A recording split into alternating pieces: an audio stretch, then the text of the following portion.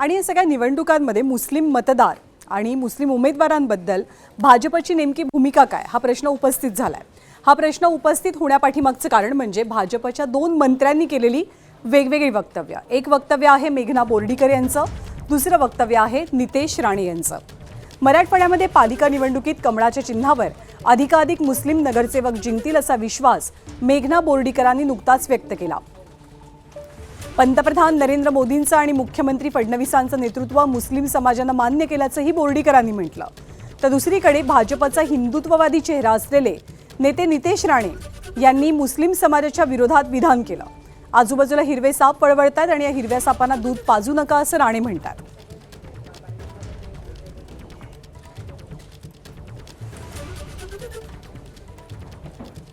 नांदेड, परभणी आणि संभाजीनगर या ठिकाणी मुस्लिम बहुल असं शहरं आहेत।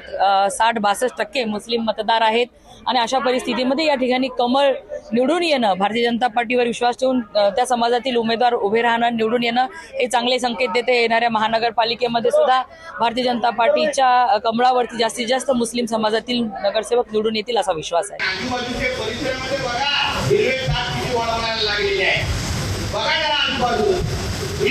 मी मोजत होतो किती कोर्टोची गाडी बाहेर दिसते हो मला। न्यायनगरवाले माझ्यावर फार प्रेम करतात, तुम्हाला माहिती आहे।